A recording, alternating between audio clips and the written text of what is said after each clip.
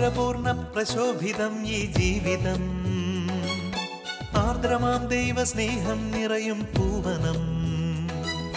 മാധുരപൂർണ്ണ പ്രശോഭിതം ഈ ജീവിതം, ആർദ്രമാം ദൈവസ്നേഹം നിറയും പൂവനം. സ്നേഹദീപനാളമായി വിളങ്ങും ധന്യജീവിതം.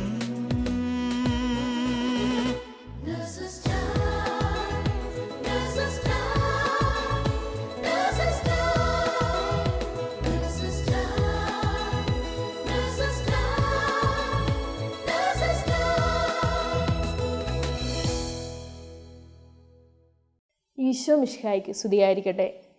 ആർദ്രഹൃദയനും കരുണവാനുമായ കർത്താവിൻ്റെ സ്നേഹം പങ്കിടുന്ന ഈ നേഴ്സസ് ടൈമിലേക്ക് ഏവരെയും സ്വാഗതം ചെയ്യുന്നു. അസീസിയിലെ വിശുദ്ധ ഫ്രാൻസിസ് ജീവിതത്തിലെ പ്രലോഭനങ്ങളെ ചെറുത്തു നിൽക്കാനായി മുൾച്ചെടികൾക്കിടയിൽ കിടന്നുരുണ്ട സംഭവം നമുക്കെല്ലാവർക്കും അറിയാമല്ലോ. മുൾച്ചെടികൾക്കിടയിൽ നിന്ന് അദ്ദേഹത്തെ രക്ഷപ്പെടുത്തിയ സഹോദരരോട് അദ്ദേഹം ഇപ്രകാരം പറയുകയുണ്ടായി: വിഷമിക്കേണ്ട, ഈ മുറിവുകൾ നിസ്സാരമാണ്. എൻ്റെ ശരീരത്തിന് എത്രമാത്രം മുറിവേറ്റാലും എൻ്റെ ആത്മാവിന് ഒരു പോറൽ പോലും ഉണ്ടാകാൻ ഞാൻ സമ്മതിക്കില്ല എന്ന്. പ്രിയമുള്ളവരെ, ഈ കാലഘട്ടത്തിൻ്റെ വിശുദ്ധരാൻ ആഗ്രഹിക്കുന്ന നാം എല്ലാവരും വിശുദ്ധ ഫ്രാൻസിസിൻ്റെ വാക്കുകൾ ഹൃദയത്തിൽ സൂക്ഷിച്ചുകൊണ്ട് കുവൈറ്റ് നഴ്സസ് മിനിസ്ട്രിയിലെ ഈശോയെ അനുഭവിച്ചറിഞ്ഞ നഴ്സുമാരെ പരിചയപ്പെടാം. ഇവരെ ശ്രവിക്കുന്നതിലൂടെ നമ്മിലൂടെ ലോകമെമ്പാടുമുള്ള എല്ലാ നഴ്സുമാരിലേക്കും യേശുവിൻ്റെ സ്നേഹം നിറയപ്പെടുന്നതിനായി പ്രാർത്ഥിക്കാം. Praise the Lord.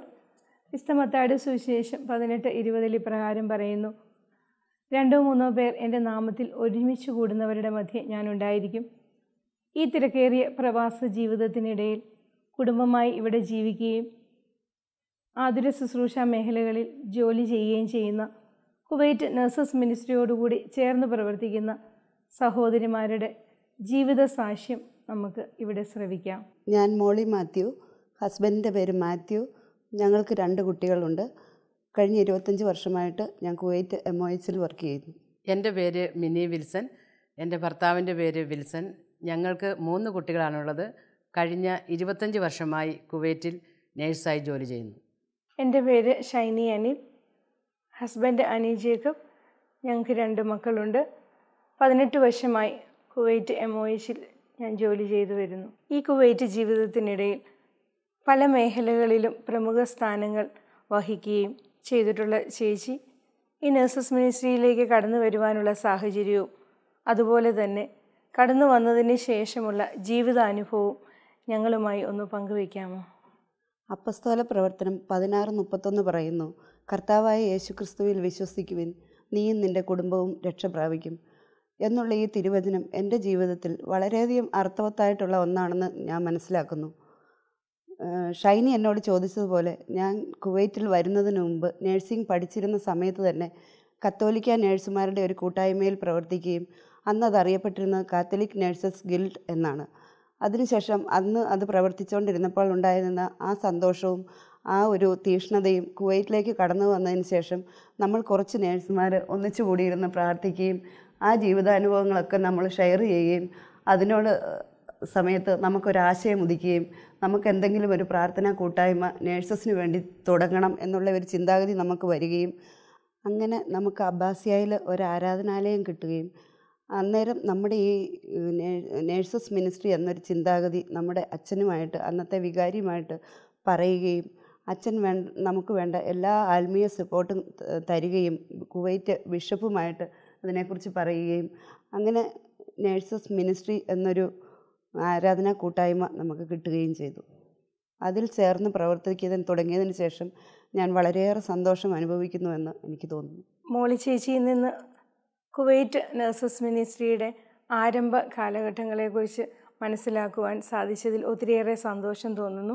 മിനി ചേച്ചി കുവൈറ്റിൽ 25 വർഷമായി ഇവിടെ ജോലി ചെയ്യുന്നു. കലാ സാഹിത്യ രംഗങ്ങളിൽ വളരെയേറെ അവാർഡുകൾ ലഭിക്കുകയും മക്കളെ കലാപരമായി ഒത്തിരിയേറെ ഉയർത്തിക്കൊണ്ടുവരുവാൻ ആദ്യം മുതലേ മുൻനിരയിൽ നിൽക്കുന്ന മിനി ചേച്ചി ഈ നഴ്സസ് മിനിസ്ട്രിയോട് കൂടെ ചേർന്ന് നിന്നതിന് ശേഷം ചേച്ചിയുടെ ജീവിതത്തിലുണ്ടായ അനുഭവം ചേച്ചിക്ക് ഞങ്ങളുമായി ഒന്ന് പങ്കുവയ്ക്കാമോ? വിശുദ്ധ യോഹന്നാൻ്റെ സുവിശേഷം 15-ാം അധ്യായം 16-ാമത്തെ വാക്യത്തിൽ ഇപ്രകാരം പറയുന്നു: നിങ്ങൾ എന്നെ തിരഞ്ഞെടുക്കുകയല്ല, ഞാൻ നിങ്ങളെ തിരഞ്ഞെടുക്കുകയാണ് ചെയ്തത്. ഈ ബൈബിൾ വാക്യം പലപ്പോഴും എൻ്റെ ജീവിതത്തിൽ അനർത്ഥമാകുന്നുവെന്ന് എനിക്ക് തോന്നിയിട്ടുണ്ട്. കർത്താവ് എന്നെ പേര് ചൊല്ലി തിരഞ്ഞെടുത്തു എന്ന് എനിക്ക് തോന്നുന്ന പല സന്ദർഭങ്ങളും എൻ്റെ ജീവിതത്തിലുണ്ടായിട്ടുണ്ട്. പല മേഖലകളിൽ പ്രവർത്തിക്കുമ്പോഴും ഈ നേഴ്സസ് മിനിസ്ട്രിയോട് ചേർന്ന് നിന്നുകൊണ്ട് പ്രവർത്തിക്കുമ്പോൾ, ഈ കൂട്ടായ്മയിലേക്ക് കടന്നു വന്നുകൊണ്ട് ഈ പ്രാർത്ഥനയിലും എല്ലാ ശുശ്രൂഷയിലും പങ്കെടുക്കുമ്പോൾ ഒരു ആത്മീയ സന്തോഷം എനിക്ക് അനുഭവിക്കാൻ സാധിക്കുന്നുണ്ട്. ഇതിലേക്ക് കടന്നു വരുമ്പോൾ ഒരിക്കലും എനിക്ക് തോന്നിയിട്ടില്ല എനിക്ക് സമയമില്ല, അതോ എൻ്റെ കുടുംബകാര്യങ്ങളോ എൻ്റെ ജോലി കാര്യങ്ങളിൽ തിരക്കുകളിൽ പെട്ട് എൻ്റെ കാര്യങ്ങളെല്ലാം എന്നും നടക്കുന്നില്ല എന്ന് എനിക്ക് ഒരിക്കലും തോന്നിയിട്ടില്ല.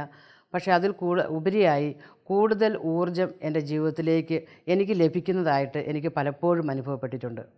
ഷൈനിയുടെ ചോദ്യത്തിന് മിനി തന്ന മറുപടിയിൽ നിന്ന് നമുക്ക് മനസ്സിലാക്കുവാൻ സാധിച്ചു, കലയും ജീവിതവും ഒന്നിച്ചു കൊണ്ടുപോയാലും ഭക്തിനിർഭരമായ ഒരു ജീവിതത്തിലേക്ക് പോകുവാൻ സാധിക്കും നേഴ്സസ് മിനിസ്ട്രിയുടെ പ്രവർത്തനത്തിലൂടെ. അതിലൂടെ മിനി സന്തോഷം അനുഭവിക്കുന്നുവെന്ന് നമുക്ക് മനസ്സിലാക്കുവാൻ സാധിക്കുന്നു. എനിക്കൊരു ചോദ്യം മിനിയോടാണ് ചോദിക്കാനുള്ളത്. മിനിയും ഞാനും ഒന്നിച്ചാണ് കുവൈറ്റിൽ വന്നത്. അന്നു മുതൽ ഇന്ന് വരെ മിനിയെ എപ്പോൾ കണ്ടാലും വളരെ സന്തോഷവതിയാണ്. മിനിയുടെ കോവർക്കേഴ്സ് പറയുന്നു കൂട്ടത്തിൽ ജോലി ചെയ്യാൻ വളരെ സന്തോഷമാണ്, സമയം പോകുന്നത് അറിയുന്നില്ല എന്ന്. മിനിക്ക് ഈ സന്തോഷമായ ജീവിതം എങ്ങനെ കൊണ്ടുപോകാൻ സാധിക്കുന്നുവെന്ന് ഞങ്ങളോടൊന്ന് ഷെയർ ചെയ്യാമോ?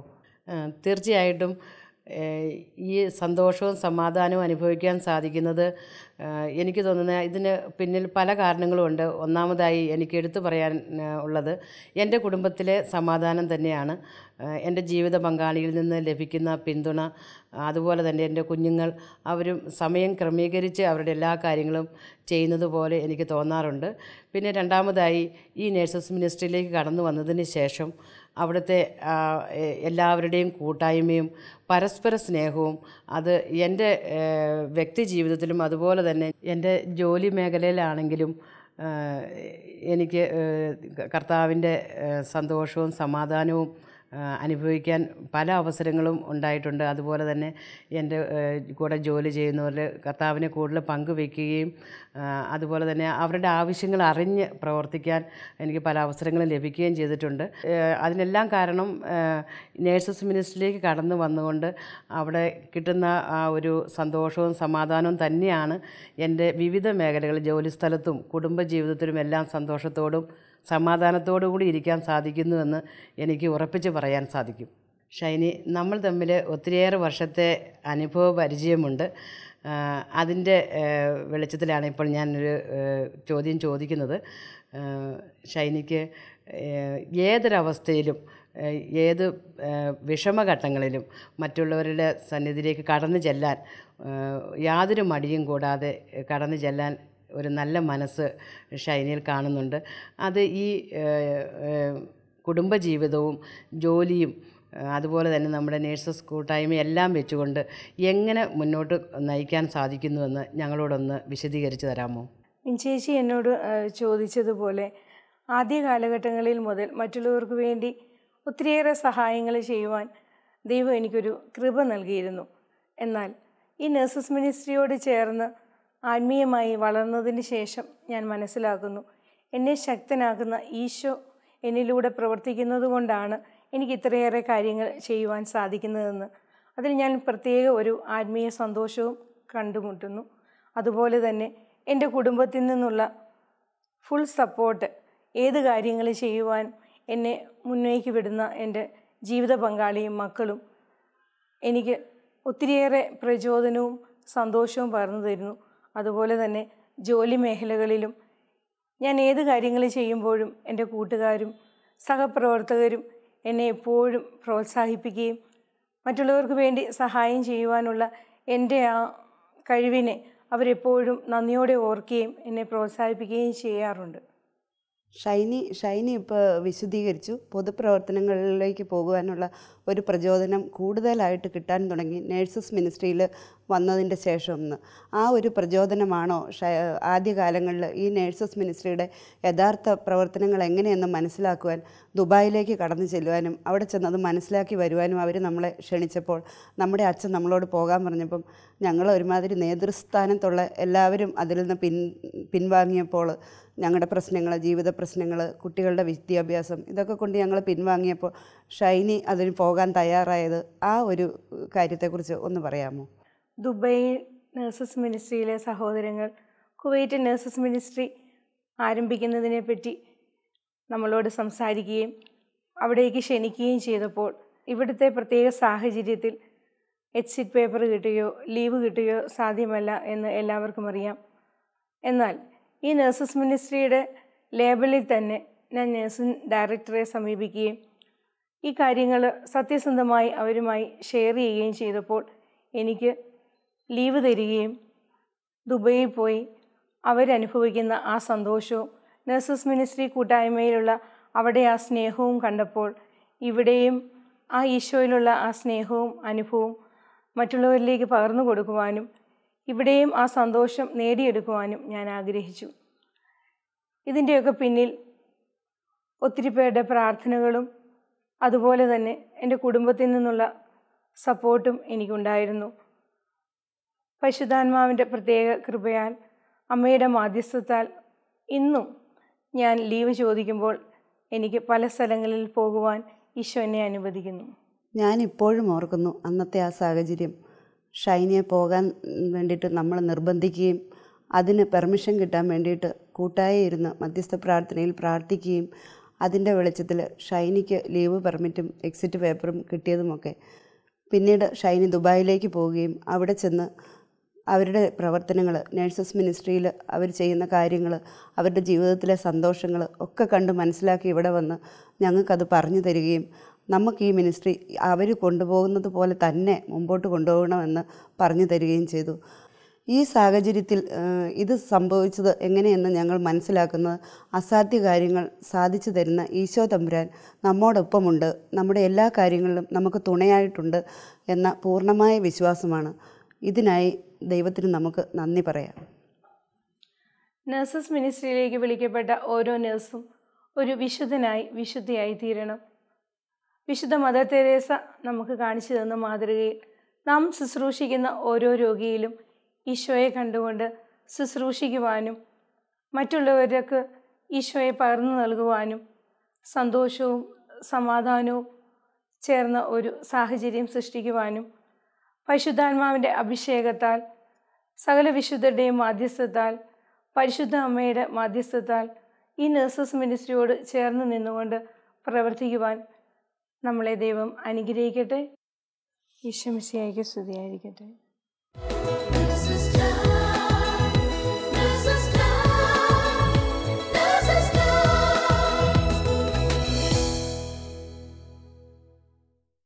സങ്കീർത്തനങ്ങൾ 52-ാം അധ്യായത്തിൻ്റെ 9-ാം വാക്യത്തിൽ ഇപ്രകാരം പറയുന്നു: അങ്ങയുടെ ഭക്തരുടെ മുമ്പിൽ ഞാൻ അങ്ങേ നാമം പ്രകീർത്തിക്കും, എന്തെന്നാൽ അത് ശ്രേഷ്ഠമാണ്. ഈ തിരുവചനത്തോട് ചേർത്ത് വെച്ചുകൊണ്ട് ഈ നഴ്സുമാരിലൂടെ നമ്മോട് സംസാരിച്ച ഈശോയ്ക്ക് നന്ദി പറയാം. നിത്യവും സ്വർഗത്തിൽ ഈശോയോടൊപ്പമായിരിക്കാൻ ആഗ്രഹിക്കുന്ന നമുക്കെല്ലാവർക്കും നമ്മുടെ ജീവിതത്തിലെ സഹനങ്ങളിൽ ഈശോയോട് ചേർന്ന് നിന്നുകൊണ്ട് നമ്മുടെ ചുറ്റുമുള്ളവരിലേക്ക് സ്വർഗീയ ആനന്ദം പങ്കുവെക്കുവാൻ കഴിയുന്നത് എത്ര വലിയ കൃപയാണ്. ഈ സമയം ഈ കൃപയ്ക്ക് വേണ്ടി പ്രാർത്ഥിച്ചുകൊണ്ട് ഒരു നഴ്സിൻ്റെ ജീവിതസാക്ഷ്യം നമുക്ക് ശ്രവിക്കാം. ഈശോ മിശിഹായ്ക്ക് സ്തുതിയായിരിക്കട്ടെ. യോഹന്നാൻ്റെ സുവിശേഷം 1-ാം അധ്യായം 1-2 തിരുവചനങ്ങൾ. ആദിയിൽ വചനമുണ്ടായിരുന്നു, വചനം ദൈവത്തോടു കൂടിയായിരുന്നു, വചനം ദൈവമായിരുന്നു. അവൻ ആദിയിൽ ദൈവത്തോടു കൂടിയായിരുന്നു, അവനിലൂടെ സകലതും സൃഷ്ടിക്കപ്പെട്ടു. നേഴ്സസ് ടൈംസ് കണ്ടുകൊണ്ടിരിക്കുന്ന ലോകമെമ്പാടുമുള്ള പ്രേക്ഷിതരെ, നേഴ്സിംഗ് പ്രൊഫഷനിൽ ദൈവവചനത്തിൻ്റെ ശക്തിയെക്കുറിച്ച് അല്പമൊന്ന് പങ്കുവയ്ക്കുകയാണ്. ദൈവവചനത്തെക്കുറിച്ച് വീണ്ടും നമ്മൾ കാണുന്നത് യോഹന്നാൻ എഴുതിയ വെളിപാടിൻ്റെ പുസ്തകം 19-ാം അധ്യായം 12-13 തിരുവചനങ്ങളിലാണ്. അവന് ആലേഖനം ചെയ്യപ്പെട്ട ഒരു നാമമുണ്ട്, അത് അവനല്ലാതെ മറ്റാർക്കും അറിഞ്ഞുകൂടാ. അവൻ രക്തത്തിൽ മുക്കിയ മേലങ്കി ധരിച്ചിരിക്കുന്നു, അവൻ്റെ നാമം ദൈവവചനമെന്നാണ്. Praise the Lord. പ്രിയ സഹോദരി സഹോദരങ്ങളെ, ഈ ദൈവവചനത്തിൻ്റെ ശക്തി ഒത്തിരി അനുഭവിച്ചറിഞ്ഞവളാണ് ഞാൻ. ദൈവവചനം കർത്താവായ യേശു ക്രിസ്തുവാണ്. ഇത് യോഹന്നാൻ സ്ലീഹായ്ക്ക് സ്വർഗത്തിൽ നിന്ന് ദൈവം വെളിപ്പെടുത്തി കൊടുത്ത ദർശനമാണ്. പ്രിയ സഹോദരങ്ങളെ, ദൈവവചനം കർത്താവായ യേശു ക്രിസ്തുവാണെങ്കിൽ ദൈവവചനം ശ്രവിക്കാൻ നാം ഇപ്രകാരമാണ് ഇരിക്കേണ്ടത്. ഞാൻ പറയും, ഏറ്റവും ഭക്തിയാദരങ്ങളോടെ നാം ദൈവവചനം ശ്രവിക്കാനിരിക്കണം. ഏറ്റവും ഭക്തിയോടെ നാം ദൈവവചനം വായിക്കണം. എളിമയോടെ ദൈവവചനത്തിൻ്റെ മുൻപിലിരിക്കുമ്പോൾ എന്ത് സംഭവിക്കുമെന്ന് യോഹന്നാൻ്റെ സുവിശേഷം 15-ാം അധ്യായം 3-ാം തിരുവചനം പറയുന്നു. ഞാൻ നിങ്ങളോട് പറഞ്ഞ വചനം നിമിത്തം നിങ്ങൾ ശുദ്ധിയുള്ളവരായിരിക്കുന്നു. അതുകൊണ്ടാണ് ധ്യാനാവസരങ്ങളിൽ, വചനപ്രഘോഷണ വേളകളിൽ ഒത്തിരി അത്ഭുതങ്ങൾ സംഭവിക്കുക. രോഗശാന്തികളും അത്ഭുതങ്ങളും അടയാളങ്ങളും സംഭവിച്ച് നിരാശയും ആകുലതയും ഭയവും എല്ലാം വിട്ടുപോയി ആത്മീയ സൗഖ്യവും ആന്തരിക സൗഖ്യവും മാനസികമോ ശാരീരികമായ സൗഖ്യം കിട്ടുന്നത് അതുകൊണ്ടാണ്. ഈ തിരുവചനത്തിൻ്റെ അത്ഭുത ശക്തി എൻ്റെ ജീവിതത്തിലുണ്ടായ ഒരു അനുഭവം ഞാൻ നിങ്ങളോട് പങ്കുവയ്ക്കുകയാണ്. ഒരു ദിവസം കുഞ്ഞിൻ്റെ ഹാർട്ട് റേറ്റ് കിട്ടുന്നില്ല എന്ന് പറഞ്ഞ് ലേബർ സ്യൂട്ടിൽ നിന്ന് പെട്ടെന്നൊരു പേഷ്യൻറ്റിനെ തിയേറ്ററിലേക്ക് പുഷ് ചെയ്യുകയാണ്. പെട്ടെന്ന് സിസേറിയൻ ചെയ്തു. പക്ഷേ കുഞ്ഞ് കരഞ്ഞില്ല, ഹാർട്ട് ബീറ്റ് കിട്ടുന്നില്ല. പീഡിയാട്രീഷ്യൻ CPR ചെയ്തു, എമർജൻസി മെഡിസിൻസൊക്കെ കൊടുത്തു. ഫലമുണ്ടായില്ല. അവസാനം കുഞ്ഞ് മരിച്ചു എന്ന് ഒരു നിഗമനത്തിലെത്തി. അതിൻ്റെ ഫോംസൊക്കെ ഫില്ല് ചെയ്യാൻ വേണ്ടിയിട്ട് പീഡിയാട്രീഷ്യൻ വെളിയിലേക്ക് പോയി. എന്നാൽ ഞാൻ ഈ കുഞ്ഞിൻ്റെ അടുത്ത് നിന്ന് എൻ്റെ നെറ്റിയിൽ കുരിശു വരച്ച് ഈശോയോട് പ്രാർത്ഥിച്ചു.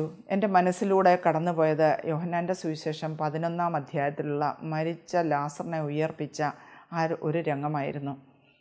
ഞാൻ ഈശോയോട് പറഞ്ഞു, ഈശോയെ, അവിടുത്തേക്ക് ഇവനെ ജീവൻ കൊടുക്കുവാൻ സാധിക്കും. വചനത്തിൻ്റെ ശക്തി അനുഭവിച്ചറിഞ്ഞ നിമിഷങ്ങളായിരുന്നു. ഞാൻ ലൂക്കാ സുവിശേഷം 1:37 ദൈവത്തിനൊന്നും അസാധ്യമല്ല, ആ വചനം ഞാൻ ഏറ്റു പറഞ്ഞുകൊണ്ട് ഈ കുഞ്ഞിൻ്റെ അടുത്ത് നിന്ന് ഞാൻ പ്രാർത്ഥിച്ചു. അതിനിടയിൽ അമ്മയ്ക്ക് കുറച്ചധികം ബ്ലീഡിംഗ് ഒക്കെ ആയി, ബ്ലഡ് ട്രാൻസ്ഫ്യൂഷൻ കൊടുക്കേണ്ടി വന്നു. ഡയബറ്റിക്കും പ്രഷറും ഒക്കെയുള്ള അമ്മ 9 മാസം ഈ കുഞ്ഞിനെ ഉദരത്തിൽ വഹിച്ച് എത്രയോ പ്രതീക്ഷയോടെ ആയിരിക്കാം ഡെലിവറി സ്യൂട്ടിലേക്ക് കടന്നു വന്നത്. ആ അമ്മ ഉണരുമ്പോൾ ഈ മരിച്ച കുഞ്ഞിനെ കാണുമ്പോൾ അമ്മയുടെ മാനസികാവസ്ഥ എനിക്ക് ഒത്തിരി മനോവിഷമം തന്നു. അതുകൊണ്ടാണ് ഞാൻ ഇങ്ങനെ പ്രാർത്ഥിച്ചത്.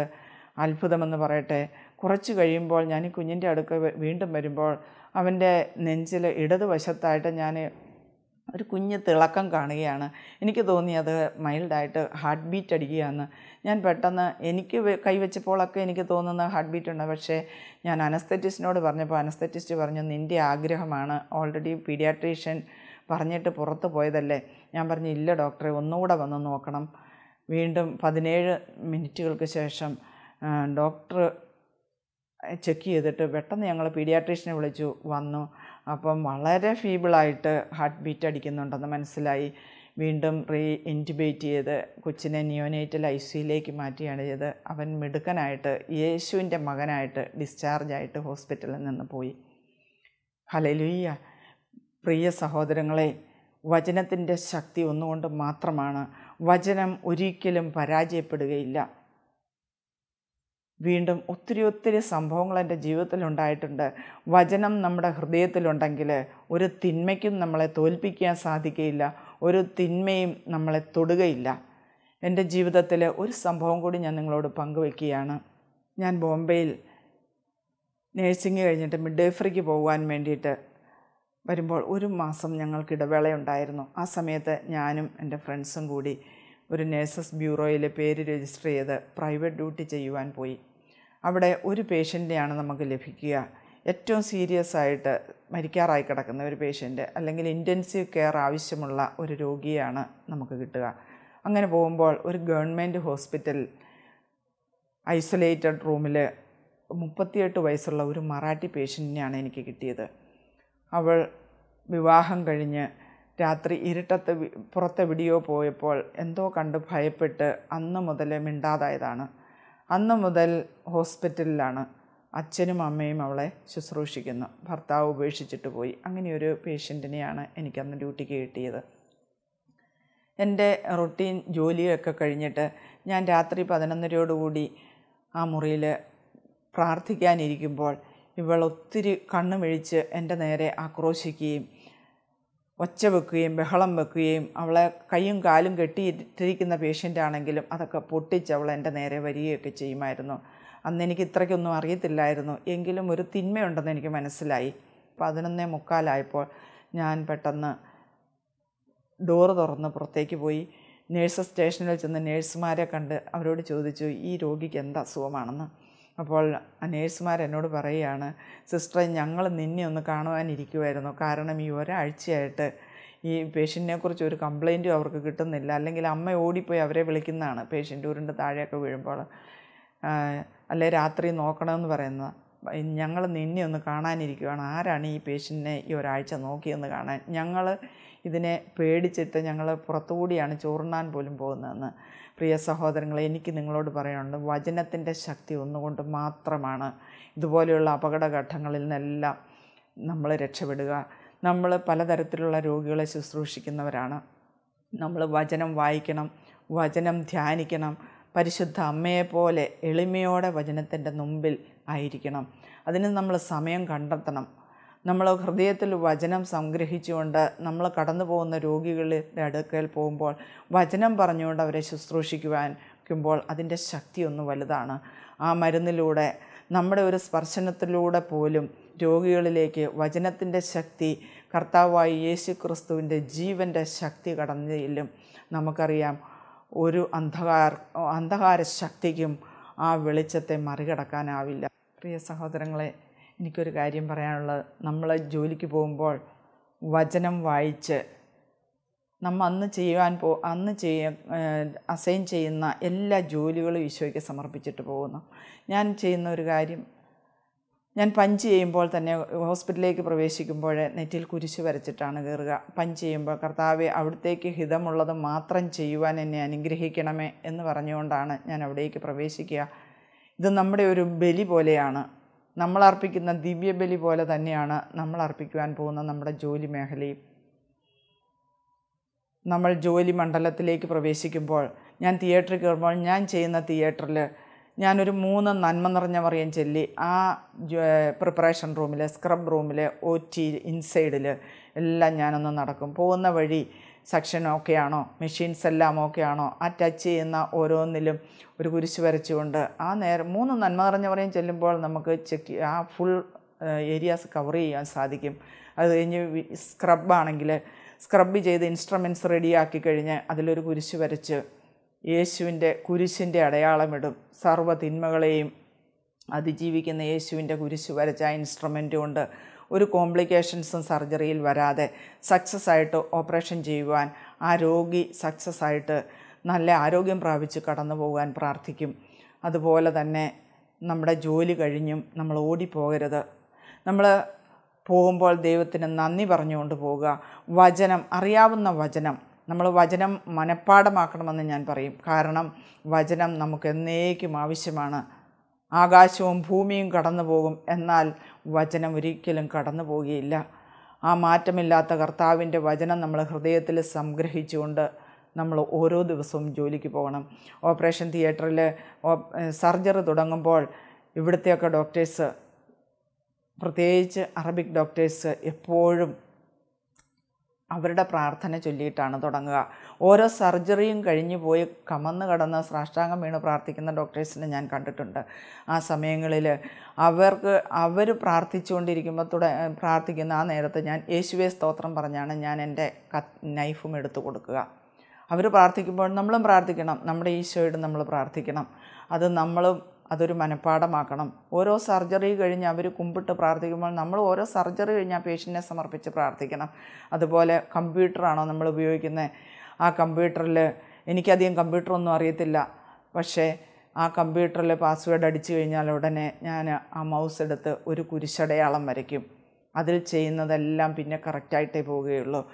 പേപ്പറിലാണെങ്കിലും ആ ഡിപ്പാർട്ട്മെൻറ്റൊക്കെ എംബ്ലമുള്ള കറുത്ത സ്ഥലത്ത് ഞാനൊരു കുരിശ് വരച്ചിട്ടേ ഞാൻ എന്തും എഴുതി തുടങ്ങിയുള്ളൂ. അതൊക്കെ പണ്ടേ കിട്ടിയ ശീലമാണ്, ചെറുപ്പത്തിൽ തന്നെ തുടങ്ങിയ ശീലമാണ്.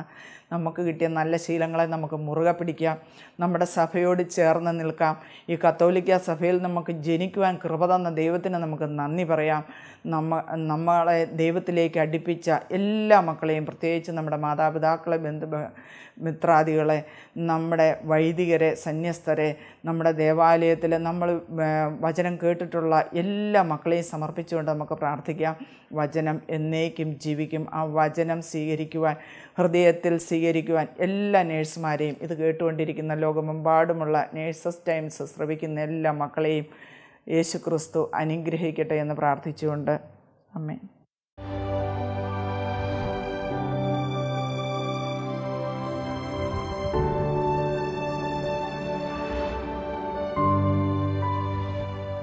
കർത്താവിൻ്റെ കരുതൽ അനുഭവിച്ച ഈ നേഴ്സിനെ ഓർത്ത് നമുക്ക് അവിടത്തേക്ക് നന്ദി പറയാം. അതോടൊപ്പം ഈശോയുടെ ജീവിക്കുന്ന സാക്ഷികളാകാൻ ദൈവം നമ്മെ എല്ലാവരും അനുഗ്രഹിക്കട്ടെ. ഇന്നത്തെ നേഴ്സസ് ടൈമിൽ നമുക്ക് 2 പ്രാർത്ഥനകളുണ്ടായിരുന്നു. ലോകമെമ്പാടുമുള്ള എല്ലാ നേഴ്സുമാരും ഈശോയുടെ സ്നേഹത്തിൽ നിറയുന്നതിനായും സഹനങ്ങളുടെ നടുവിലും നമ്മുടെ ചുറ്റുമുള്ളവരിലേക്ക് സ്വർഗീയ ആനന്ദം പങ്കുവെക്കുന്നതിനായും ഈ ആഴ്ചയിൽ നമുക്കിതിനു വേണ്ടി ഒന്ന് പരിശ്രമിക്കാം. നമ്മുടെ കൊച്ചു കൊച്ചു നൊമ്പരങ്ങളിൽ ഒരു പുഞ്ചിരി വിടർത്തി നമ്മുടെ ചുറ്റുമുള്ള വേദനിക്കുന്ന രോഗികളിലേക്കും സഹപ്രവർത്തകരിലേക്കും കടന്നു ചെല്ലാം. അങ്ങനെ വെള്ളത്തിലെ ഓളങ്ങളെപ്പോലെ നമ്മെ കാണുന്നവരിലും അതുവഴി മറ്റുള്ളവരിലേക്കും ആ പുഞ്ചിരി പകരട്ടെ. അതിനുള്ള കൃപയ്ക്കായി ലോകമെമ്പാടുമുള്ള എല്ലാ നേഴ്സുമാരെയും അവരുടെ കുടുംബങ്ങളെയും പരിശുദ്ധ അമ്മയുടെ വിമല ഹൃദയം വഴിയായി ഈശോയ്ക്ക് സമർപ്പിച്ചുകൊണ്ട് നമുക്ക് പ്രാർത്ഥിക്കാം. ഓരോ നേഴ്സും ഒരു വിശുദ്ധനാകട്ടെ, ഒരു വിശുദ്ധയാകട്ടെ. ദൈവമാതാവും ഞങ്ങളുടെ അമ്മയുമായ കന്യകാമറിയമേ, ഫാത്തിമാനാഥേ, എന്നെയും എൻ്റെ കുടുംബത്തെയും തിരുസഭയെയും മാനവകുലത്തെയും ലോകമെമ്പാടുമുള്ള നേഴ്സുമാരെയും അങ്ങേ വിമല ഹൃദയത്തിന് പ്രതിഷ്ഠിക്കുന്നു. അങ്ങേ ശക്തിയുള്ള സംരക്ഷണത്തിൽ ഞങ്ങളെ കാത്തുകൊള്ളണമേ. അങ്ങ് ഞങ്ങളുടെ നാഥയും സംരക്ഷകയുമാകണമേ. ആത്മീയവും ശാരീരികവുമായ സകല അപകടങ്ങളിലും ക്ലേശങ്ങളിലും നിന്ന് ഞങ്ങളെ രക്ഷിച്ചുകൊള്ളണമേ. എല്ലാറ്റിലും ദൈവേഷ്ടം കണ്ടെത്തി നിറവേറ്റുവാനും യേശുവിൻ്റെ തിരുഹൃദയത്തിന് പ്രീതികരമായ വിധത്തിൽ ജീവിച്ച് സ്വർഗഭാഗ്യത്തിലെത്തിച്ചേരുവാനും കാരുണ്യനാഥേ, ഞങ്ങളുടെ സ്നേഹമുള്ള അമ്മേ, ഞങ്ങളെ സഹായിക്കണമേ. ആമേൻ.